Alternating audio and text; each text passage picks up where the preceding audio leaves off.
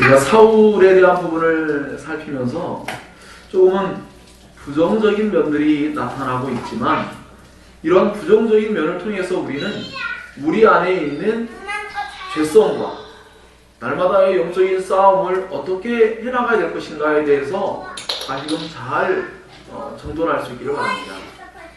우리 안에는 사울과 같은 모습이 있습니다. 물론 이것은 구원받은 백성임에도 불구하고 그 죄의 영향력 아래에서 그렇게 할 수 있는 부분들이 있다는 것을 우리는 생각하면서 우리 안에 사울과 같은 그러한 태도가 나타날 때 우리는 정말 과감하고 단호하며 정말 생명을 앞에 놓고 어떻게 해야 될 것인지에 대하여 정말 주의 깊게 결정할 수 있는 그런 우리가 되어야겠다라고 생각합니다. 사울은 하나님 말씀을 불순종한 것에 대하여 지금 계속하여 변명을 하고 있습니다. 그런데 그의 변명 속에는 죄를 나름 인정하는 부분이 있어요. 왜냐하면 밝혀졌기 때문입니다. 그런 후에 그는 자기가 그렇게 하나님 말씀에 불순종하게 된 배경에는 백성들이 자기에게 무언가 강압적인 태도를 나타낸 것만 같은 그런 말을 합니다.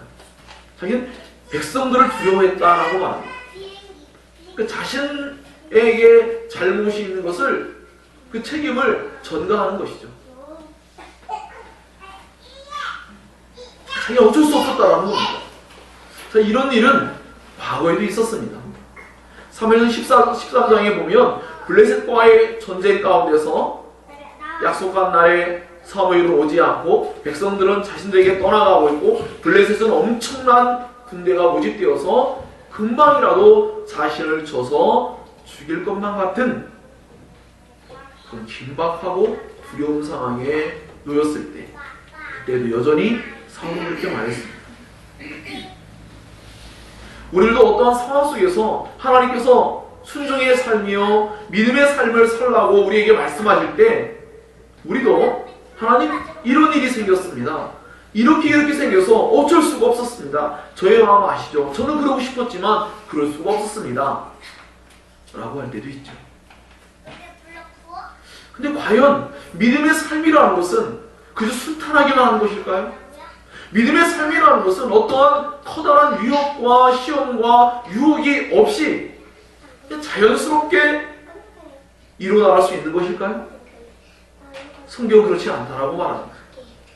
성경은 언제나 우리가 하나님의 말씀을 지켜나갈 때, 즉 믿음의 삶을 살고자 할 때에, 하나님의 말씀을 순종하고자 할 때에는 언제나 아주 치열한 영적인 전쟁이 벌어진다는 거죠. 사울이 경험하고 있는 사건들처럼 우리에게 얼마든지 타협할 수 있고 핑계할 수 있는 일이 벌어집니다. 그러나 성경은 분명하게 그것이 악한 일이고 해서는 안 될 일들이라고 매우 엄중하게 우리에게 말해주고 있어요. 하나님의 말씀을 지킨다는 것은요 언제나 믿음이 없이는 불가능합니다. 믿음 없이 할 수 있는 일은 하나님 말씀이 아닙니다. 대체적으로 하나님의 말씀을 지킨다는 건 언제나 믿음이 함께 동반되어야 합니다. 하나님 말씀을 순종하는 일은 그렇게 가벼운 일이 아닙니다. 왜냐하면 하나님 우리가 사사기부터 계속 배워오는 내용들이 뭐냐면 하나님 말씀을 따를 것인가 인간의 소견에 옳은 대로 살 것인가 입니다. 우리의 마음속에 언제나 자기의 소견에 옳은 대로 살고자 하는 태도가 언제나 있기 때문에 하나님의 말씀대로 살고자 하는 그러한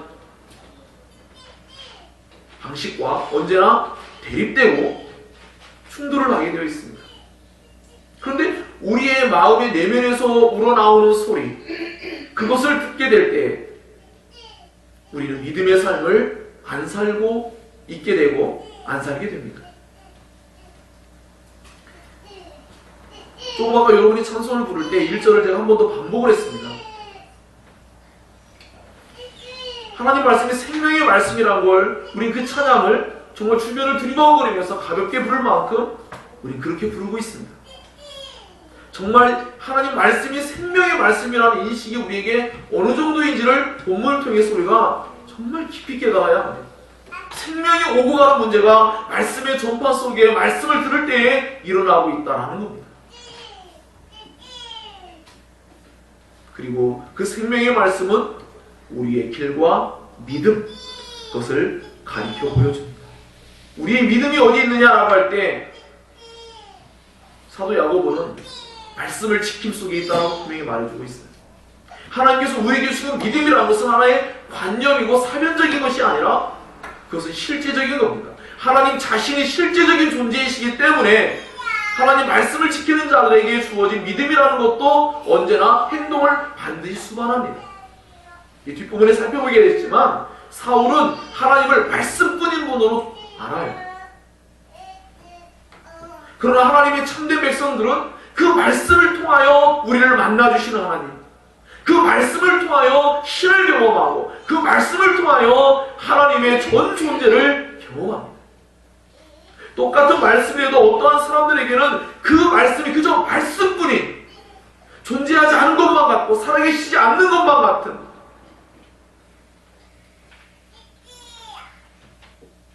그런 태도를 갖게 되어 있습니다. 우리 역시도 수도 없이 말씀들을 들어왔습니다. 우리가 그 말씀을 대할 때 어떤 태도인가요? 사울이 말씀을 버렸다는 것이 과연 우리 역시도 날마다 얼마나 주중에 말씀들을 많이 듣습니까? 과연 그 말씀대로 순종하고자 애쓰고자 진력하고 그 정말 생명처럼 귀한 말씀이고 절대적으로 중요한 말씀이라고 여기며 그것을 지켜내고자 치열한 싸움을 싸우지 않고 있다면 우리는 사실은 말씀을 버리고 있는 겁니다. 그리고 자기의 소견에 옳은 삶을 살고 있는 것입니다. 그 성경이 우리에게 오늘 밝혀주는 매우 중요한 그런 내용들입니다. 하나님의 말씀엔 언제나 믿음이라는 것이 절대적으로 필요합니다. 하나님을 진정으로 의존하고 하나님의 은혜를 얻어가면서 행하지 않고는 이루어나갈 수가 없습니다.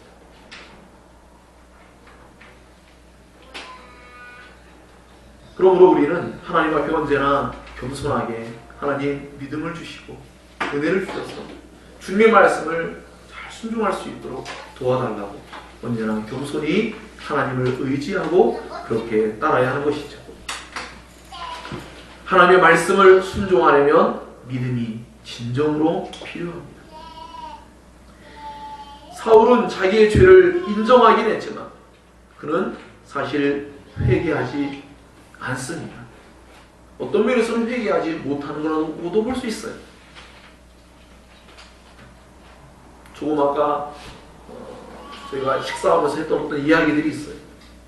큰 교회의 어떤 목회자들이 하나님께 회개하지 않고 자신의 방식대로 행동합니다.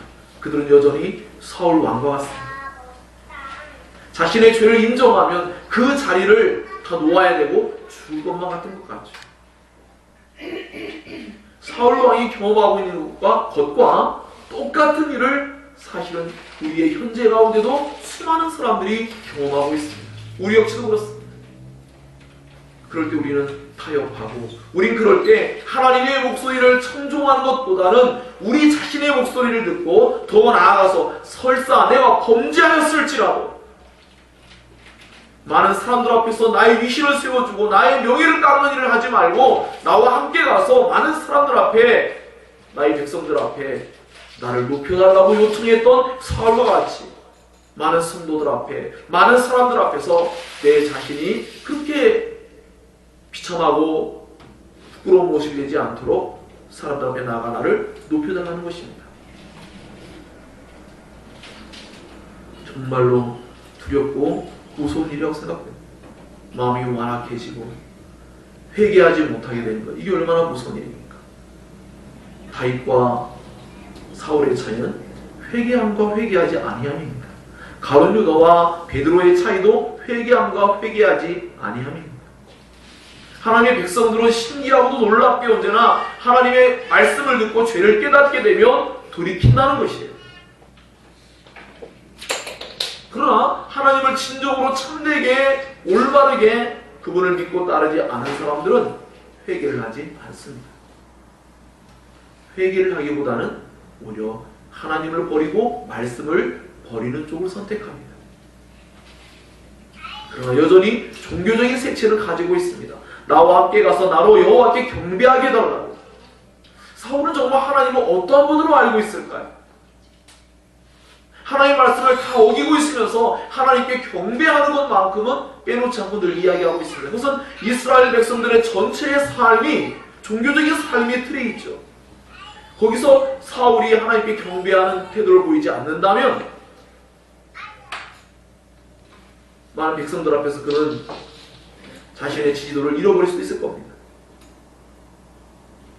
사울은 하나님을 그저 짐승을 바쳐서 달랠 수 있는 존재로 여기고 있는 것만 같아요.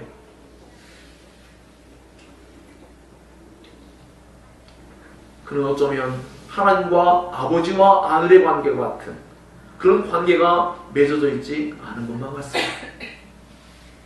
하나님의 자녀들의 특징은 아버지의 말을 듣는 것이죠. 왜냐하면 아버지를 존경하고 사랑하기 때문이죠. 하나님의 자녀가 아닌 자들은 하나님의 말씀을 따르지 않습니다. 지키지 않습니다. 순종하지 않는 법이죠. 그러나 하나님의 자녀들은 언제나 하나님 말씀을 지키는 것을 소중히 여깁니다. 하나님 말씀을 지키지 않을 때 하나님 얼마나 마음 아파하실지를 알아요. 여러분, 신학은 언제나 가까이 있습니다. 우리 믿음, 소망, 사랑이도 마찬가지인데 아버지의 말을 안 들었을 때 마음이 편한가요? 그렇지 않아요. 불편해요. 남의 집 아이들은 어떻습니까? 제 말을 안 들어도 불편한 감은 있겠지만 그렇다고 해서 그것 때문에 깊이 고민하면서 뭔가 하진 않아요. 그들은 우리 교회에 안 오면 그만입니다. 그들은 저를 버리는 거죠. 이와 같이 사울은 하나님을 버리고 말씀을 버릴 수 있습니다. 그러나 다윗과 베드로와 같은 자들은 하나님을 버릴 수가 없습니다. 그분을 진정으로 존경하고 그분을 사랑하고 그분의 뜻대로 살고 싶은 열망을 가지고 있기 때문입니다. 그들이 하나님의 자녀이기 때문입니다. 하나님을 떠나서 어떻게 살 수 있습니까? 모든 사람들이 떠나갈 때 예수께서 오늘 우리 전도사님께서 기도하신 바와 같이 광야에서 나는 하늘로부터 산 떡이다, 생명의 떡이다 라고 말씀하시면서 나를 먹으면 너희들이 죽지 않을 것이다 라고 말씀해요. 만나를 먹고도 죽었죠. 그러나 예수님을 먹고 마시면 죽지 않아요. 그런 말씀을 하니까 사람들이 이 말씀을 도대체 누가 알아듣겠느냐 하면서 많은 사람이 떠나갔어요. 오늘날 사람들이 사람들을 막 끌어모으려고 애쓰는 모습과 달리 주님은 주님의 말씀을 들을 수 있는 귀를 가진 사람들에게 말씀하고 있었어요. 그래서 주님이 너희도 가려느냐? 주여 생명의 말씀이 여기인데 주여 저희가 어디로 가겠습니까? 베드로가 그렇게 이야기를 했습니다. 그들은 주님의 말씀을 생명의 말씀으로 여겼습니다. 우리에게 날마다 주어지는 이 말씀, 우리에게 생명의 말씀과도 같다는 것을 우리의 마음속에 깊이 깨달아야 합니다. 너무나 슬프게도 우리 사모님을 통하여서 들었던 이야기는 어떤 사람들은 전혀 성경하고는 맞지 않는 잘못된 이야기를 하는 목회자를 존경하고 그 목회자가 고급 외제차, 고급차를 타고 다니는 것을 너무나 좋은 것으로 여깁니다. 말씀을 많이 잘 전파하고 해야 되기 때문에 그런 차 타는 것을 이해하게 됐다.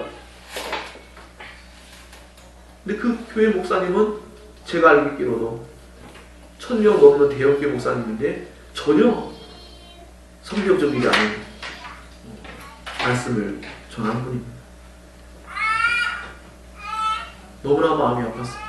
그 내용은 도저히 성경에서 말하지 않는 말도 되지 않는 이야기를 하면서 사람들의 마음을 이끌고 있었고 사람들은 그런 이야기를 듣고 있으면서 뭔가 자신의 목회자가 신령한 목회자인 것처럼 그렇게 생각하는 모습을 볼 때 너무나 마음이 아팠습니다. 하나님의 말씀이 이렇게 중차대하고 중요한 역할을 합니다. 우리에게도 그렇습니다. 우리에게 주어진 날마다 주어진 이 말씀들이 얼마나 소중한 것인지에 대하여 우린 정말 다시 한번 깊이 생각하며 본문의 말씀을 함께 대하기를 바랍니다. 죄를 인정하는 것은 사실 회개가 아닙니다. 죄에서 돌이키는 게 회개입니다. 사울은 완악했습니다. 사무엘을 통해 하나님의 말씀을 들었을 때 그는 불순종합니다.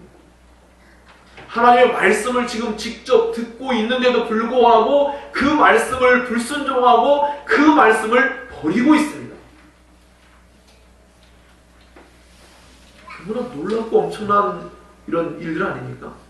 사무엘을 통하여 하나님 말씀을 사무엘이 하나님 말씀을 전하고 있고 그 말씀이 전해지고 있는 그 순간에도 그는 하나님 말씀을 불순종하고 말씀을 버리고 그저 자기의 목소리, 자기의 명예, 자기를 높이는 그 일에만 집착하고 있어요.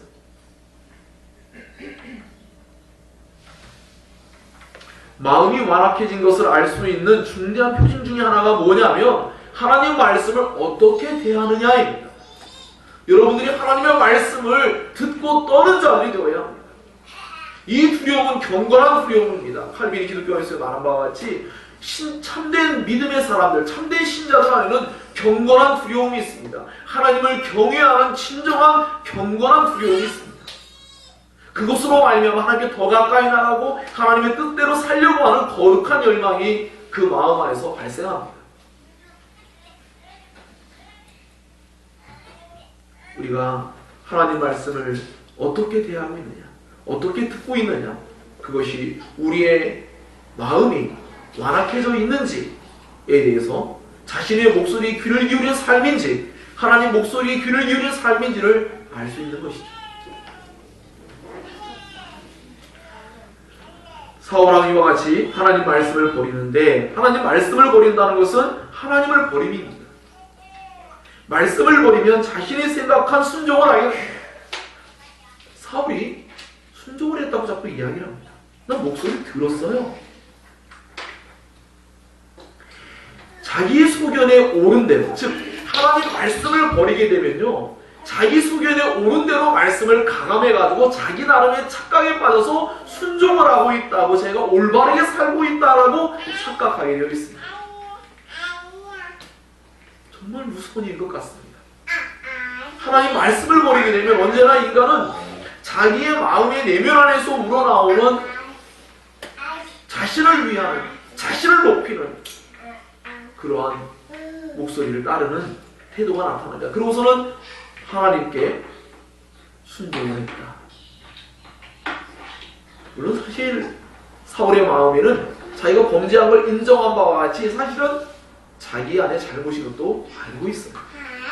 그러나 사람들 앞에는, 사무엘 앞에서 그는 속이고 있고 그리고 말씀을 잘 순종하는 사람처럼 행동하고 있다는 것입니다.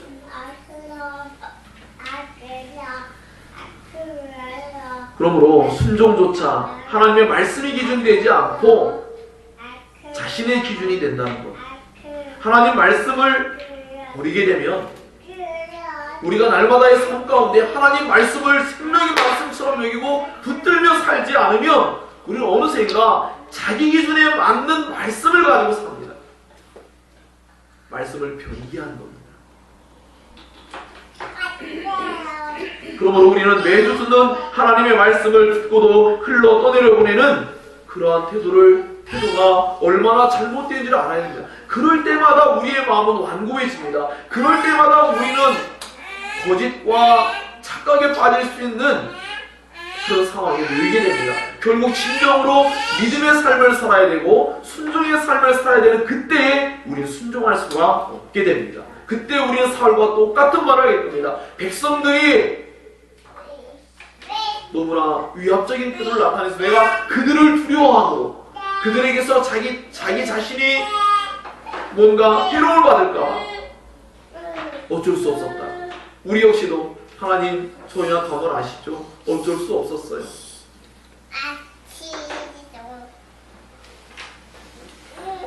사랑하는 여러분, 정말 우리 지금 매우 중요한 날마다의 삶을 살고 있습니다.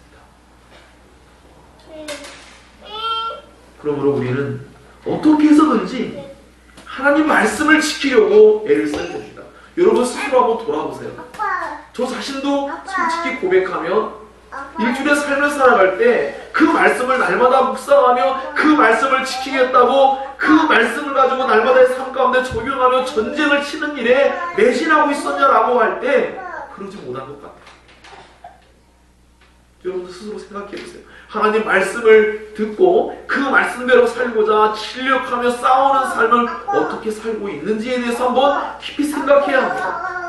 그저 내 마음에 은혜롭다, 나에게 하나님께서 뭔가 좋은 것을 제공하려고 뭔가 말씀해 주시고 무언가를 우리에게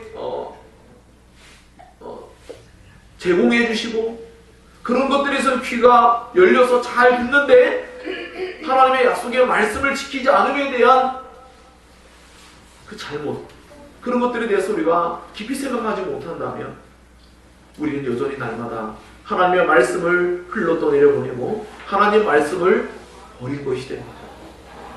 사울은 하나님 말씀을 지켰다고 말하는데 하나님은 사무엘을 통하여 하나님 말씀을 버렸다라고 하고 있습니다. 우리의 삶 가운데도 날마다 우리가 하나님 말씀의 일부분을 지켜나가는 것 같습니다.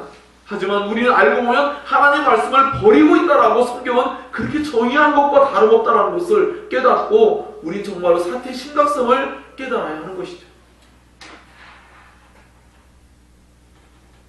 우리는 완전하게 지킬 수도 없고 완전을 추구하지는 않습니다. 그러나 우리의 마음의 중심에서 그것이 얼마나 중대한 일이고 그것을 위해서 애써 수고하며 하나님을 의지하며 그렇게 나아가는 태도를 가지고 있느냐 가지고 있지 않느냐는 정말 다른 삶을 살게 만든다는 것입니다. 우리는 어차피 넘어지죠. 쓰러지기도 하죠. 그러나 하나님을 의존하고 말씀대로 살고자 애씀이 없이 그저 하나님께서 언젠가 다 이루어주실 거야, 이렇게 저렇게 해도 결국 하나님이 다 이루어주신다고 생각하면 잘못된 것이죠.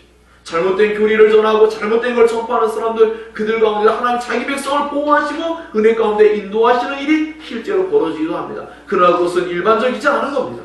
그렇다면 우리가 이단들의 빠진 사람을 무엇하러 우리가 전도하고 사람들에게 이야기합니까? 어차피 하나님이 자기 백성을 선하게 인도할 것 아니겠습니까? 내버려 둔다면. 그러나 성경은 그렇지 않습니다. 하나님의 말씀을 바르게 전파해야 됨을 말하며 목숨을 내걸고 그 일을 위해서 지금까지 수많은 믿음의 사람들이 싸워왔습니다. 하나님 말씀을 지키는 일이 너무나 중요한 일입니다. 때로는 우리는 직장 상사의 말보다 하나님의 말씀을 더 하찮게 여기고 있는 그런 모습을 보이기도 합니다. 잘 생각해 보세요, 여러분. 적용을 위해서 하는 법이나 오해하지 말고요. 교수님의 말씀을 안 지키면 어떻게 될까요? 얼마나 큰 피해가 올까요? 얼굴로 마주대기가 어려울 거예요. 병원 원장님을 만나서 원장님이 시키는 거 안 하면 마음이 두근두근하고 이럴까 저럴까 얼마나 전전긍긍하겠습니까? 근데 우리는 하나님의 말씀을 지키지 않는 것에 대해서 떨리지도 않고 있고 전전긍긍하지도 않고 하나님을 만날 때 어떤 태도로 만나고 있을까요? 그것이 우리의 모습입니다. 뭔가 우리보다 더 나은 권세자들, 더 힘있고 우리에게 뭔가 불이익을 줄 것만 같아요. 내가 그렇게 하지 않으면 죽을 것만 같죠. 사울의 입장과 다를 바가 뭐가 있습니까? 사울도 늘 어쩔 수 없었어요. 그게 현실이었어요. 하나님은 영이시죠. 안 보여요. 언제나 무시해도 별 탈이 없어요. 하나님은 어차피 우리 사랑해요. 어차피 가서 용서를 구하면 돼요. 과연 그럴까요? 사울이 알고 있는 하나님, 여러분이 알고 있는 하나님은 어떤 분입니까? 지존자는 거짓이 없고 변개함이 없고 하나님은 살아계십니다.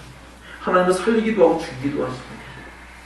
그런데 사울은 백성들에서 죽을 것만 같고 블레셋 때문에 죽을 것만 같았는데 사실은 살고 죽음은 하나님께 있습니다. 이것이 사무엘상 전체를 관통하는 중대한 진리의 분명입니다. 이 부분이 여러분 해결되지 않으면 앞으로 읽어나가도 우린 여전히 사울이 저질렀던 잘못들에 대해서 우린 정말 사울이니까 그렇지 않습니다. 날마다 우리의 삶이 때로 사울과 같은 그런 태도로 살 때가 정말로 많이 있어요. 하나님 얼마나 마음 아파하실까. 아까도 말씀드렸잖아요. 여러분의 직장 상사가 무언가를 말했을 때 적당히 했어요. 마음 편하지 않잖아요. 다 했다고 우길 수 없잖아요. 하나님 말씀도 그렇죠. 하나님께서 우리에게 말씀하는데 우리는 그 하나님을 사울처럼 경배만 하면 돼요. 예배만 하면 돼요. 가서 용서를 구하면 돼요. 그렇게 하면 하나님 어차피 날 용서하게 되어 있어요. 사울은 그저 하나님께 예배를 드리면 제사 제도를 통하면 하나님 받을 것처럼 생각해요. 오늘 본문에 나와 있는 내용들을 보면 얼마나 어처구니없는 내용들이 나옵니까? 내가 범죄했을지라도 사무엘 당신은 나를 용서하고 내 하나님께 경배하게 해달라고. 그저 하나님은 실제하지 않은 분인 것 같아요. 사울에게 적어도 그저 말씀뿐이에요. 오늘날 우리에게도 하나님은 보이지 않아요. 하나님 정말 말씀뿐이에요. 하나님 그렇지만 하나님은 말씀이신 하나님이죠. 그 말씀을 통하여 자기 백성에게 언제나 신실하게 자기 음성으로서 대하시고 신령한 음성일 뿐만 아니라 인격적이면서 사랑의 음성으로서 때로는 창조주의 그 경외심을 가질 만한 목소리로서 우리에게 말씀하시죠. 그런데 우리는 그 말씀을 너무나 가볍게 여기는 그런 잘못에 빠져 있습니다.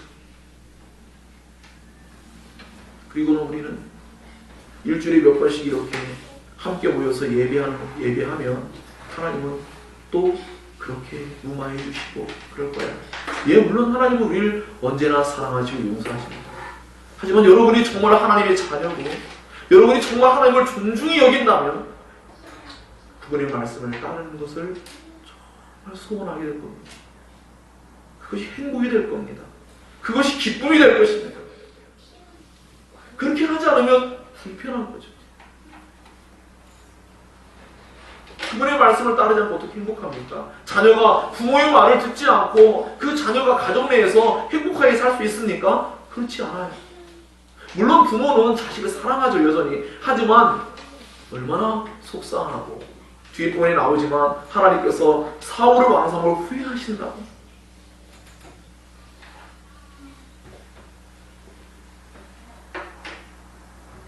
하나님은 우리 인간들과 같이 어떠한 일에 대해서 하나님이 그것을 막을 수 없었기 때문에 하나님 무언가 계획과 어떤 하고자 하시는 원래 의도에 벗어난 어떤 사건이 벌어져서 하나님이 실수해서 그냥 그런 것은 아닙니다.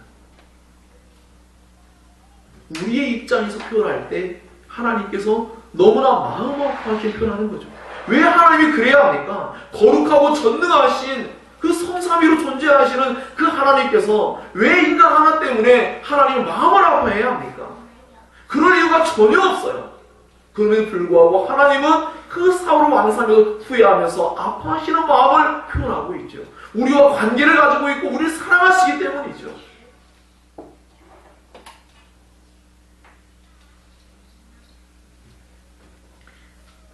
그러므로 우리는 이러한 사울의 모습을 통하여서 날마다의 삶 가운데서 말씀을 생명과 같이 여기며 살지 않고 현실의 목소리, 단 사람의 목소리에 귀를 기울이고 우리 자신의 목소리를 기울이고 있는 모습은 사울과 같은 그런 모습이라는 것을 여러분 깊이 생각하시고 일주일의 삶을 살면서 여러분 3일상 그저 일주일 돌아오고 다시 한번 떠들어 그제서야 펼쳐보는 말씀이 아니라 날마다의 삶 가운데 이 말씀을 또다시 펼쳐보고 생각해보고 나에게 그러한 태도로 보이는 사건들은 언제 있었고 그러한 일이 있을 때 나는 어떻게 했는가 반문해보고 하나님 앞에 진정으로 형식과 어떤 틀이 아니라 그 자리에서 무릎 꿇고 하나님께 기도하며 진정한 회개를 하기 위한 참된 마음으로 하나님께 나아가는 것이 우리에게 얼마나 중요한지요.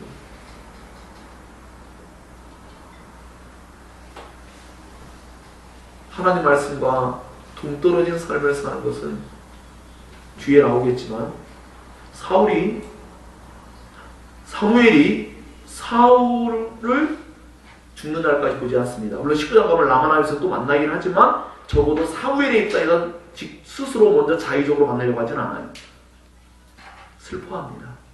근데 그 내용 속을 들어보면 어떤 내용이냐면 학자들이 말하기를 사무엘이 왜 그렇게 사울에 슬퍼하느냐 했더니 그는 죽은 자이기 때문입니다. 하나님께서 그를 버렸다는 건 죽은 자예요.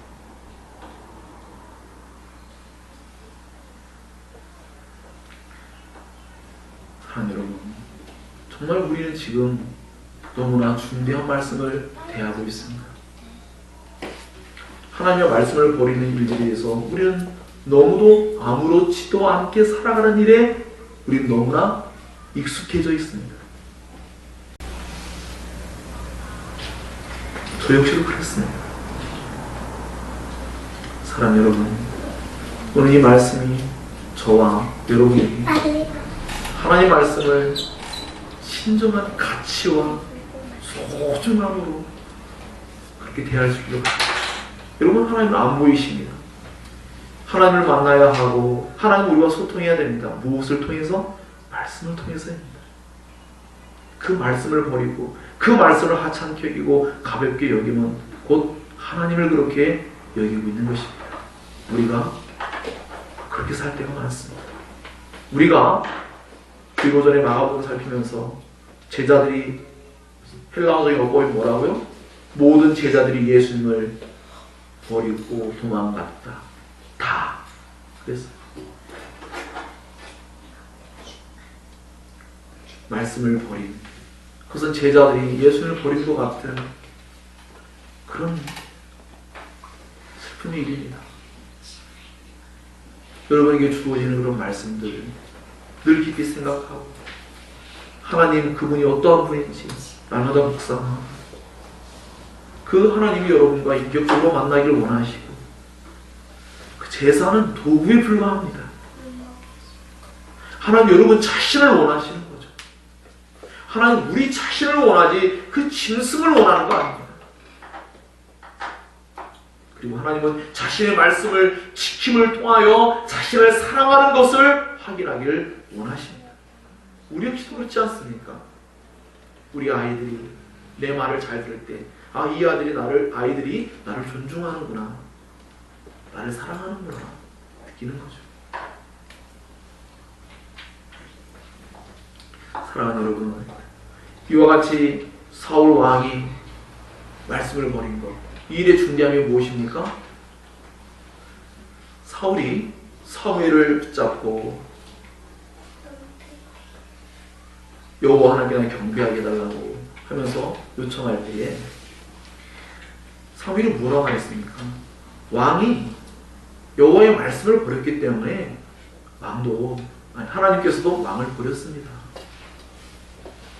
이걸 우리에게 적용하면 어떻게 될까요? 얼마나 두려운 말씀입니까? 물론 우리는 본질적으로 하나님께서 우리 믿는 자들을 버리지 않습니다. 적어도 사울과는 분명히 다른 차원인 것을 제가 아까 말씀드렸습니다. 중생하고 회심하며 하나님의 자녀를 하나님은 버리시지 않습니다. 말 안 듣는다고 부모가 자녀 버린 것은 잘못됐죠. 하나님은 그런 하나님은 아니시죠. 하지만 적어도 의미적으로 놓고 보았을 때에 왕의 직함을 빼앗기는 일, 사울 왕이 그렇다 지금 당장 죽습니까? 그렇진 않아요. 왕의 일을 당장 못하게 됐습니까? 그것도 아니에요. 다윗이 등장할 때, 다윗이 준비되어서 나타날 때까지 그는 왕의 역할을 여전히 하기도 할 겁니다. 이것을 굳이 약간 좀 더 물론 알레고리한 건 아니지만 예수 그리스도께서 나타날 때까지 이 세상의 왕들이 왕노릇을 하겠죠. 그러나 다 폐위될 것이고 세상 나라는 심판을 받을 것이고 하나님께서 오셔서 예수께서 오셔서 하나님의 나라를 이루실 것입니다. 그런데 이와 같이 사울 왕이 하나님의 말씀을 버렸기 때문에 하는 그렇다. 이 말씀 이미 그 전에 하셨던 말씀이에요. 하나님께서 약속대로 그 말씀대로 이루어 가시죠. 왕이라 할지라도 하나님 말씀을 어기고 버렸을 때에 그에 대한 형벌과 심판이 있을 것을 하나님이 말씀했습니다. 물론 나중에 다윗도 말씀을 어기는 일들이 벌어지죠. 문제는 뭐냐면 아까도 말씀드린 바와 같이 회개를 하느냐 회개를 하지 않느냐죠. 즉 마지막 순간에 사무엘을 통하여 죄에 대한 그 진단을 받고 잘못됨을 깨달았을 때 돌이키느냐 돌이키지 않느냐죠. 다윗도 얼마나 철면피를 깔고 자기가 그렇게 악한 죄를 저질러 놓고도 나단 선지자가 나타나기 전까지는 마음을 하나님께서만 짓누르고 있음에도 불구하고 버티고 있던 사람이에요. 그 증거가 드러났을 때 다윗은 시편 말씀대로 따지면 바자법이지만 정말 침대 물이 자기의 눈물의 홍수가 될 만큼 그렇게 하나님 앞에 회개하고 나아갔습니다. 사울이 사무엘을 통해 자신의 죄악을 깨닫게 되었고 이때에 하나님 앞에 정말로 회개하며 자복하며 나아간다면 어떻게 됐을까?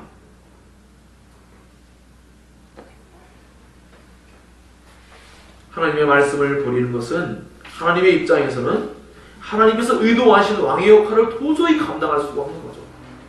제가 그래서 누차 말씀 대통령도 헌법을 수호할 아무런 의지가 없고 국민을 위한 아무런 태도가 안 됐을 때에 그 자리에 있을 수가 없었던 것 같다라고 말씀드렸습니다. 여러분 스스로도 그렇게 느끼지 않습니까?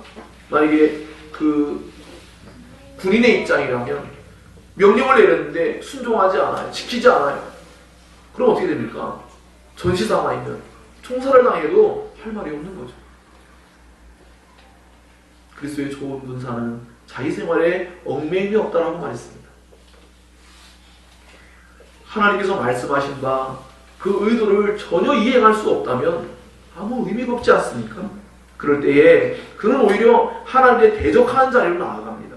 그는 이제 자신이 아말렉 사람과 같이 되고 블레셋 사람과 같이 되는 입장에 서 있는 것이죠.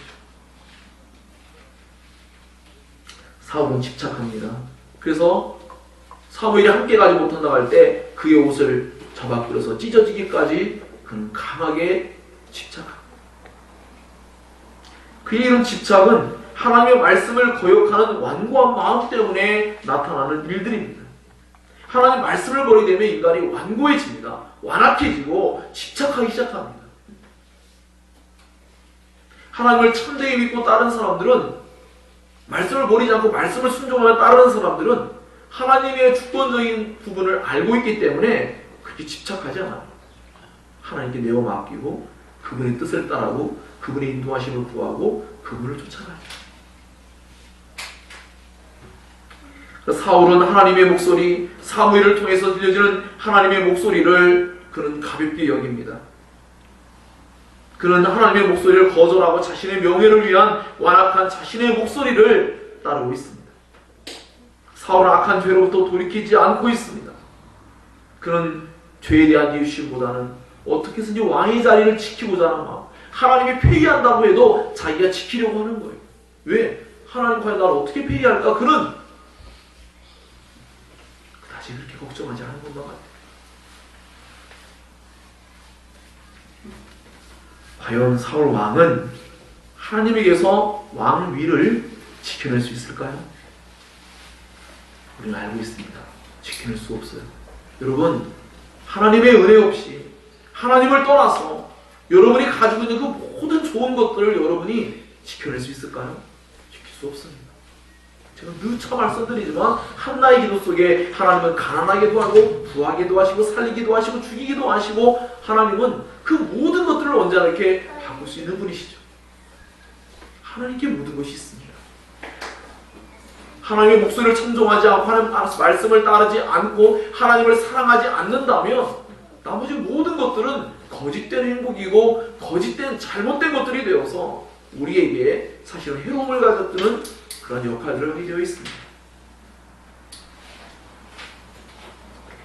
사랑하는 여러분, 우리는 익숙하게 알고 있는 분들이 우리 하나님을 통해서 하나님 안에서 우리는 얻어야 되고 그 안에서 누리기를 원한다고 늘 찬양도 하고 그렇게 기도도 하고 행동하려고 하기도 합니다. 그러나 실제 삶을 돌아보면 이 사울의 모습이 우리에게 간혹가다 나타나고 죄의 힘이 강해질 때는 더욱더 자주 빈번하게 나타날 때가 있다는 것입니다. 죄의 힘이 강해지면 언제나 사울과 비슷한 모습이 나타납니다. 그게 바로 죄인의 전형적인 모습이기 때문입니다. 사랑하는 여러분, 이 사울이 사무엘의 옷을 찢을 때에 사무엘이 또다시 하나님의 뜻을 밝혔죠. 왕이 나의 옷을 찢을 때에 하나님께서 당신의 나라를 떼어서 옷을 찢음과 같이 떼어서 보다 나은 사람에게 왕위를 줄 것입니다. 사울이 하는 행동들은 알고 보니까 하나님의 뜻을 이루어가고 있어요. 악인들도 악한 뜻을 따라 행동할 때 그것조차도 하나님은 사용해서 그 뜻을 이루어가고 있어요. 날마다 우리의 삶이 하나님의 뜻이 이루어지는 우리의 하나님의 장이 되고 있는 거죠.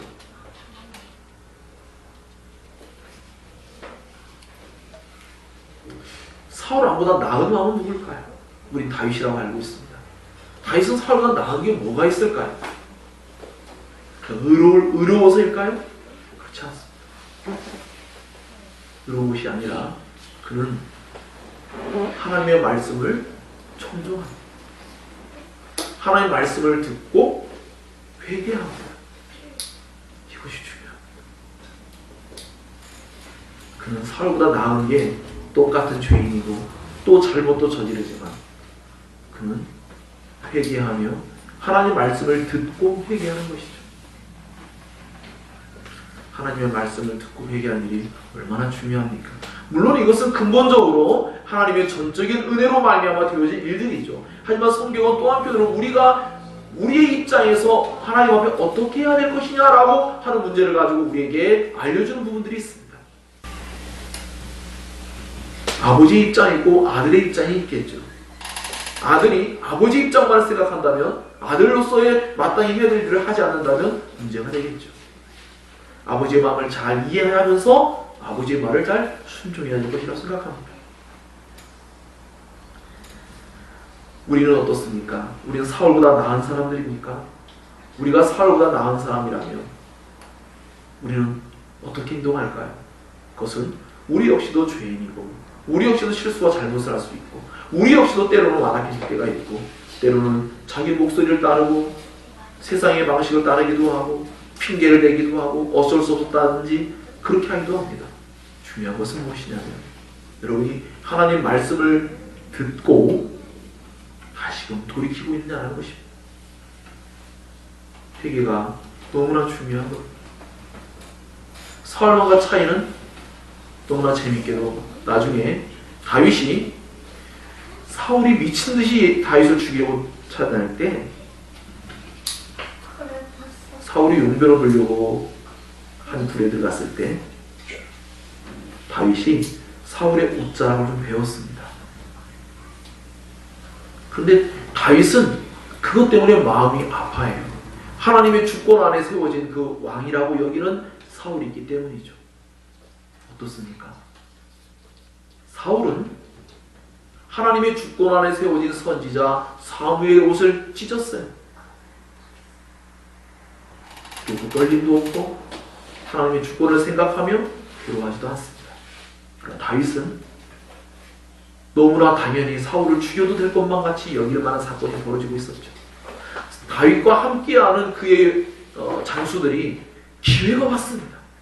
사울을 죽일 수 있는 절의 기회가 돼서 하나님의 뜻 같습니다. 그가 용변을 보려고 우리가 숨어있는 굴에 들어오다니. 다윗은 너무나 무모하리만지 가서 용변을 보는 사울의 옷자락을 조금 베어가지고 왔습니다. 그리고는 마음에 찔려합니다. 이것이 사울과 다윗의 차이입니다.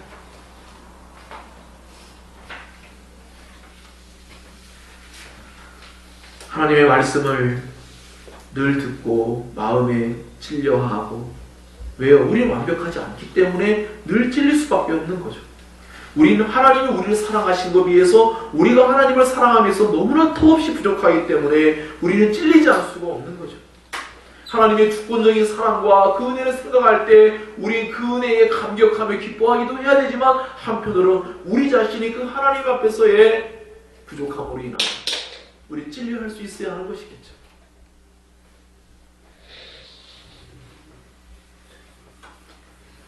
하나님은 그러한 일들을 통해서 우리가 더욱더 믿음의 삶을 살기를 원하시는 것입니다.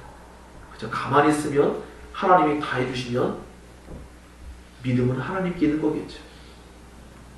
믿음이라는 것은 우리가 마땅히 말씀을 순종하는 바로 그곳에 드러나는 것들입니다. 그러므로 사랑하는 여러분,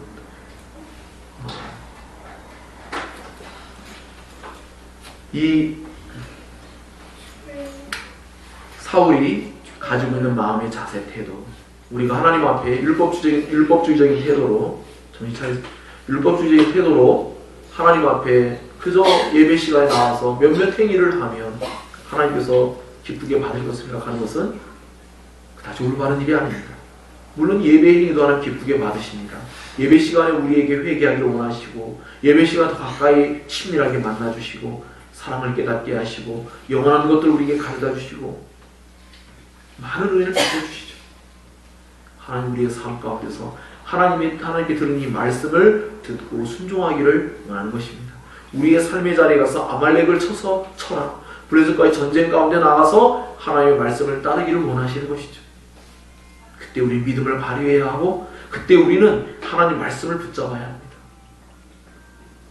우리의 목소리를 청종하지 말고, 외부에서 들려오는 수많은 목소리를 귀담아 듣지 말고, 우리는 하나님의 말씀을 믿고 따라야 합니다.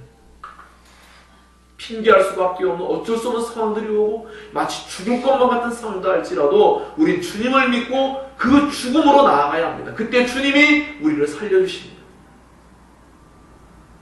사랑하는 여러분, 이 말씀을 꼭 믿고 오늘 말씀과 같이 이 뒷부분에 아각이 나오죠. 이제 사무엘이 하나님 말씀 온전케 하기 위해서 아각을 데리고 와서 목을 자릅니다. 찍어 쪼갭니다. 그런데 그때 아각이 나올 때 태도는 사실 해석하기가 좀 어려워요. 왜냐하면 그가 이제 사방에 이 고통의 문이 다 이제 벗어지고 사라진 것만 같다라고 말할 때 정말로 그가 해석하는 사람에 따라서 사울과 아각 왕이 뭔가 모종의 관계를 맺었을 수도 있다.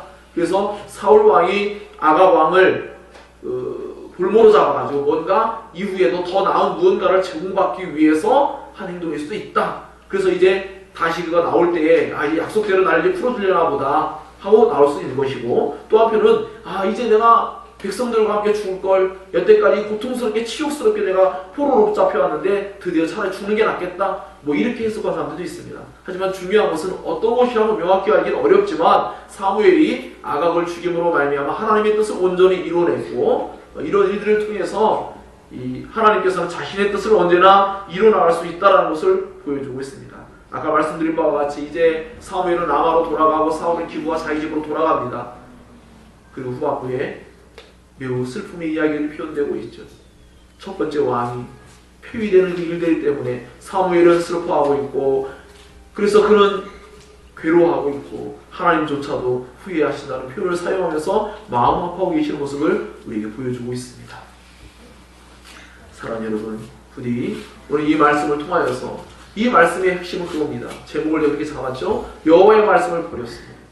하나님의 말씀을 버리는 것이 얼마나 엄청난 결과를 가져오느냐를 보여주고 있습니다. 하나님 말씀을 버리는 그 일들을 통해서 그의 정체성이 드러나고 있습니다. 하나님 말씀을 버리는 그 일을 통해서 하나님과의 관계성이 드러나고 있습니다. 하나님 말씀을 버리는 일을 통해서 하나님을 어떤 분으로 아느냐, 하나님의 지식에 대한 부분이 드러나고 있습니다. 여러분, 하나님을 기쁘시게 하기 위해서 어떻게 해야 될 것인가 생각해 보시고, 그것은 하나님의 말씀을 잘 순종하는 것입니다. 지키는 것이겠죠. 사랑하는 여러분, 그렇기 때문에 오늘 늘 저 자신도 마찬가지지만 말씀을 대할 때마다 소중히 여기시고 그 말씀을 흘러 떠내려보내지 마시고 믿음으로 화합하고 붙잡고 그것을 굳게 붙잡고 살아가야 됩니다. 그 히브리서 기자가 그렇게 말하지 않았습니까? 흘러 떠내려 보내면 흔들리게 되어 있습니다. 말씀을 굳게 붙잡으면 믿음이 견고하게 서서 나중에 히브리서 11장에 나온 바와 같이 죽음도 두려워하지 않고 왜? 더 좋은 부활을 주시는 그 하나님을 바라보며 살 수 있습니다.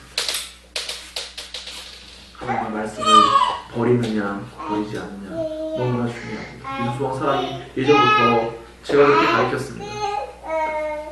하나님 말씀 바르게 안 들으면 하나님을 무시한 거고 아버지를 무시했기 때문에 제가 회초리를 댔습니다. 저를 너무나 무시한 기분이기 때문에 정말로 싫어했어요, 제가. 그리고 하나님의 말씀을 무시하는 자체가 너무나 싫었습니다. 제가 사랑하고 제가 존경하는 하나님 아버지를 우습게 여길 때 저는 너무나 마음이 괴롭고 아팠었습니다.